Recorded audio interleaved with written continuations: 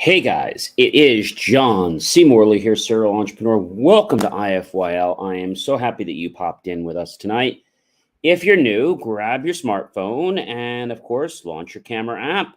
Take your camera, point it over to the QR code that's on the top right of the screen, and once you do that, you'll have just kind of line it up. And once you basically line it up, because depending on how you hold your camera, you might not actually get it right away. So just go in there, get in there on the right angle, and then that'll direct you on my link tree with lots of great information to improve your life.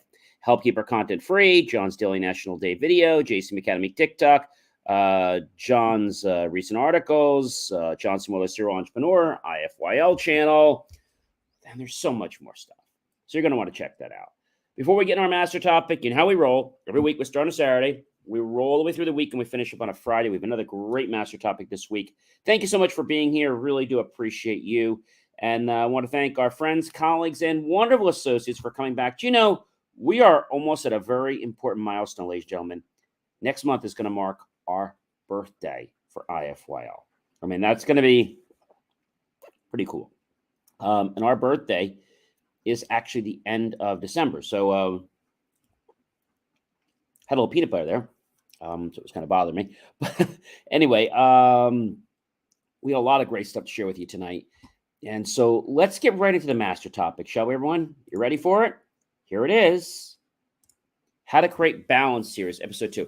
Now, if you remember, last night we talked about balance in accounting. We said that in order to increase an asset or an expense, that you debit it. In order to increase a liability, you credit it. Pretty easy. All right, tonight we're going to talk more about balance and how balance is important in life. But we're going to talk about another area of balance, and that is balance in chemistry. All right, so what is balance in chemistry? Well, chemical balance is a very precise thing because they use a very specific instrument which has a purpose to weigh very small amounts of substances accurately up to the 4th decimal place. Now, it's really important for this volumetric analysis, as the substances used have to prepare standard solutions are weighed. But how do you actually balance a chemistry? Well, in order to balance the chemical equation, you need to make sure that the number of atoms of each element on the reactant side equal the number of atoms of each element on the product side. So, in other words, both sides have to be equal. You need to multiply the number of atoms in each element until both sides are equal. Similar to what we would do in algebra, right? We have to use the multiplier and then we'll cross it out by finding what it's divisible by, right? So how do you actually balance an equation? Well, step 1 is the unbalanced chemical equation. Step 2, you're going to make a list. Step 3, you're going to identify the atoms in each element. Step 4, you're going to multiply the number of atoms. Step 5, you're going to place the coefficients in front of the molecules. Step 6, you're going to check the equation. And step 7, well, you're going to balance the chemical equation. So let's just talk about what happens. So what happens if the chemistry equation is not balanced? What happens? Well, chemical reactions must be balanced. In other words, because they have to have the same number of various atoms in the products as in the reactants. So what happens if you try to perform an experiment that is unbalanced? What would happen?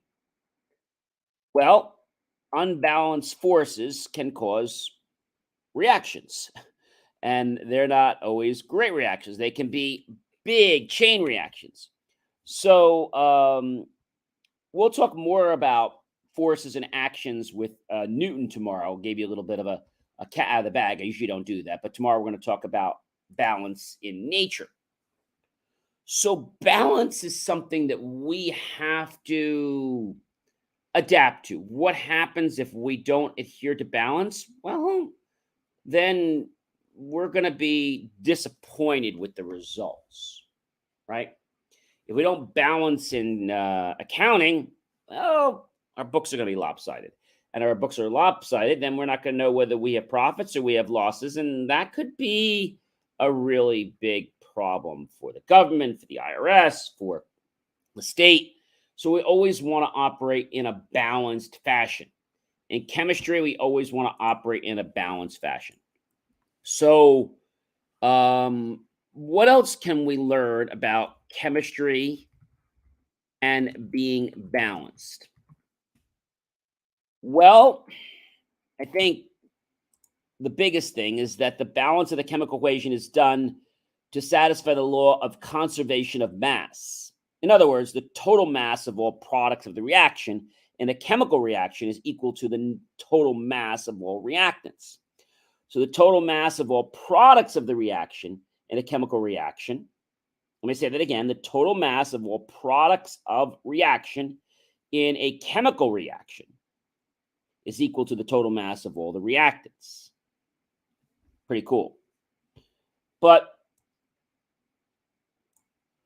when we understand chemistry, and we understand that chemistry has to be balanced, okay, because of the law of conservation of matter. And so, to take an example, you would have your information, and then usually you would have an arrow pointing to the right of what it's yielding, right? And if you count the number of atoms, the subscripts of the carbon, hydrogen, and the oxygen on both sides of the equation, you'll see that on the reactant side, the left side, there is one atom of, let's say in this case, of carbon, 4 atoms of hydrogen, and 2 atoms of oxygen in my experiment here that I'm doing. On the product side, there is 1 atom of carbon, 2 atoms of hydrogen, and 3 atoms of oxygen. Therefore, the equation does not satisfy the law of conservation of mass and is not balanced. So in order to balance the equation, we must change the amounts of the reactants and products respectively.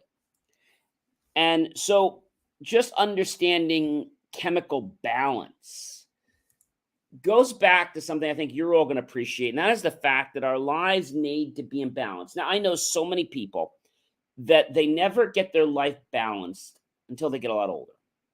We might say, John, why do I have to have balance in my life? Maybe, when you're a kid, why do I need balance? Well, first of all, you need balance with a lot of things. We're not going to go into that right now, but balance is very, very key. As we get older, we start to understand balance is a vital component of our life. You see, up until a certain point in time, our parents kept us on that balance scale. And we'll talk more about what that is later in the week. But as we get older, there's no one to keep that balance or that equilibrium. So we need to do it. And we need to be understanding of that. So we're going to talk about a lot of different kinds of balance in the week. Tomorrow, we're going to talk about Newton's laws and how balance works there. But just thinking about balance, what's the first thing that comes to your mind when I say balance? What comes to your mind? Maybe being proportionate, making sure things aren't lopsided, right? Making sure that forces are equal, right? So we've learned that. Yesterday, we learned about balance in accounting, that in order to increase an asset or an expense, we debit it. In order to increase a liability, we credit it. And then to decrease an asset or an expense, we credit it. And to decrease a liability, we debit it. Pretty straightforward. So there are certain laws that operate in our universe. And so when we can, how can I say, understand these laws, then we start to become in alignment with the universe because we now know what balance is. And balance is something that they don't teach this to you in school, other than in chemistry class or science class. balance of your life is never taught in school.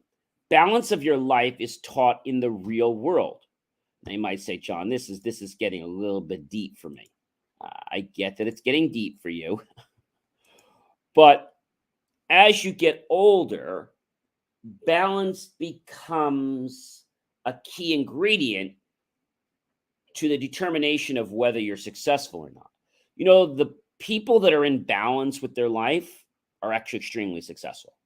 The people that don't have a balance in their life have all kinds of problems, right? And so balance is a law, if you will, that keeps things equal. If you did certain things in your life and they weren't balanced, that wouldn't work very well for you, would it? So knowing that a balance exists and there's a reason for a balance, as long as we follow that balance, then we stay in congruence with the laws and thus what we're trying to do. So everything in life has a balance. Now we're only going to go through a few of them because we only have a few days left this week. But everything in our world has a balance. They might say to me, John, well, no one else said there has a balance. There's a perspective. When someone is working intently with something, they can see the balance or the imbalance. Now, sometimes when people are so in the thick of it, they can't tell if it's in balance. So they have to ask, let's say, a innocent bystander who's not biased and says, you know what? I'm looking at this and this isn't balanced. Yeah, it is. No, it isn't. And so a lot of people want to challenge the fact of being balanced. Is that a good thing? Is that a bad thing? I think understanding whether you're in the line or out of the line is not something to get upset about. It's just something to know so that you can course correct. If you have a GPS system and the GPS says recalculating, well, you don't curse at it. You say, oh, now what? In 4/10 of a mile, make the first right-hand turn onto Hamburg Place, because now it's going to have you make a right, come back around, make the turn. So as you make, you're going to basically, let's say you miss the turn, going to have you make a right-hand turn, go around the block, come back, then make a left to go back, and then make the right where you should have made the left a few miles back.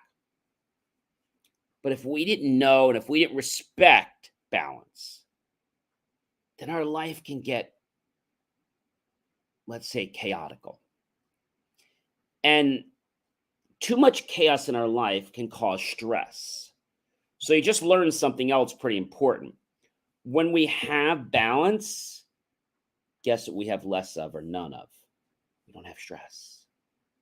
So learning to live a life that's in balance is so vital to success, to a healthy life.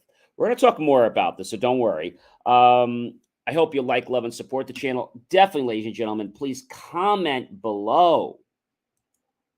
What does balance mean for you? And always remember, you need to live the feeling of the wish fulfilled. Neville Goddard. I like to bring him up sometimes because he brings up some amazing things. And he didn't directly say the word balance, but everything he does causes a balance in the universe. All right. A little bit of sidetrack there. So definitely tag your friends, colleagues, and associates. Share this out with everyone you know on social media. And then be sure, ladies and gentlemen, to go to my YouTube channel, John Space C Space MORLEY Space Serial Entrepreneur, and look for that key phrase to help keep our content free. Click on the PayPal link. Make the choice, ladies and gentlemen, to buy my team and I a savory cup of hot chocolate, a refreshing beverage, or perhaps just a nice bowl of fruit. Either way, we're going to be grateful for those pennies and dollars you invest into us. We'll put that into new hardware, new technology, new equipment, new software, even new facilities, even the most jaw-dropping, empowered content to inspire you to have a better life, if you really want to. All right, ladies and gentlemen, I'm John C. Morley, Serial Entrepreneur. You know what? I'm going to see you guys tomorrow. Have a great night. And remember, let's live our lives in balance.